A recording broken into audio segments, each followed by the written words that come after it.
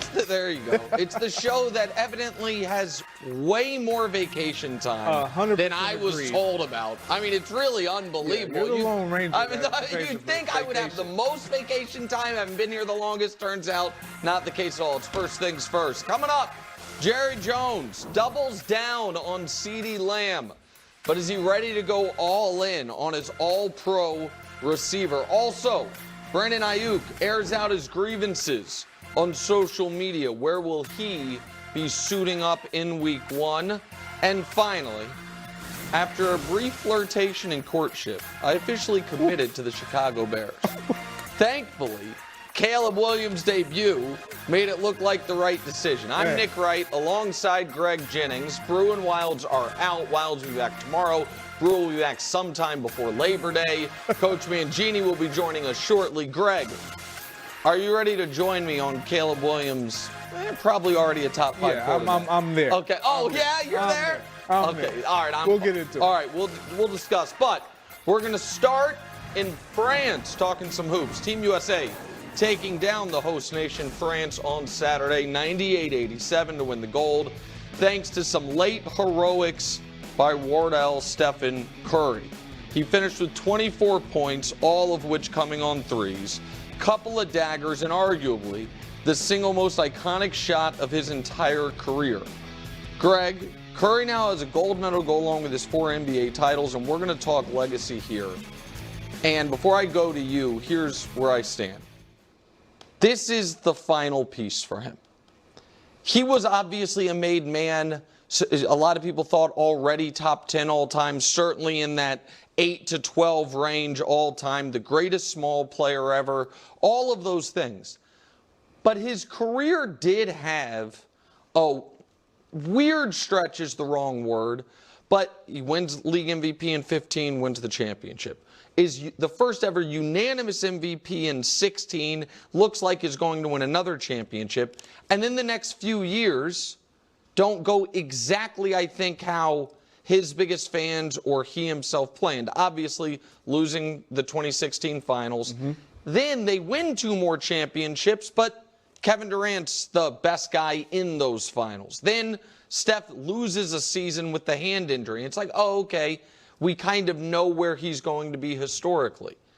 But then he wins the title in 2022, and then he has what I think will go down as the single most memorable sequence in men's Olympic basketball history. Kobe had a great moment in 08 against Spain, but that final shot, the first one was the most important when they was down to a 3-point game. The final one is the one that is going to be, you know, kind of emblazoned on our memories forever.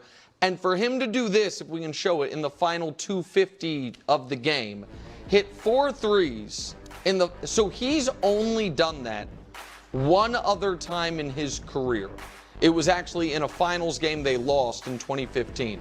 But for him to have arguably his hottest stretch at the end of a game in his career, with his only gold medal he's ever going to have a chance to get for on the line, to me, it was the final piece of what has been an almost perfect basketball career. Yeah, I agree. For me, looking at Steph Curry in this moment, in this gold medal match, Serbia, obviously what he was able to do in that quarter, that fourth quarter, and throughout that entire game, like it's. From watching from a fan's perspective, we've always known that Steph Curry was a great player. We've never seen Steph Curry on this level at the Olympics where he's surrounded by greatness, and it's not an all-star game. This is really meaningful basketball with a lot at stake. Arguably could have been the biggest letdown in sports history if they don't get it done. And he arrives as the alpha. Like, they all kind of defer, like, go. Like, Curry, we've never seen that. Like, we've seen Durant on this level at this stage at the Olympics be that guy. We've seen LeBron be that guy. We've seen Carmelo. We've seen others be that guy. We've never seen this with Steph Curry. Not that we doubted that he could be this. But sometimes you got to see something to see it. I know that sounds ridiculous. And by the way, like, he was struggling Well, he was struggling the entire Olympics tournament up until that Serbia game. Yep. And then obviously it leads to what we saw in those final couple minutes that really solidified them getting that gold medal. And the reason I wanted to, the image that's going to be in everyone's head is the final three, because it was so, Steph's the only player in the league. You don't shoot that. Everyone else that takes that shot, under any circumstances, would be chastised by the coach. If everyone else that takes the shot, it's a horrific shot. And for Steph, he not only is he allowed to do it, he's encouraged to do it because he can do it. That's going to be the image everyone has. But that shot was almost a house money shot. The game was not totally in hand, but in hand essentially at that point. The first one was a different story.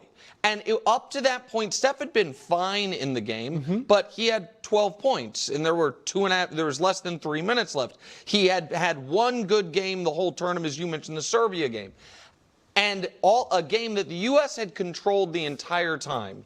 All of a sudden, holy crap, it's a 3-point game.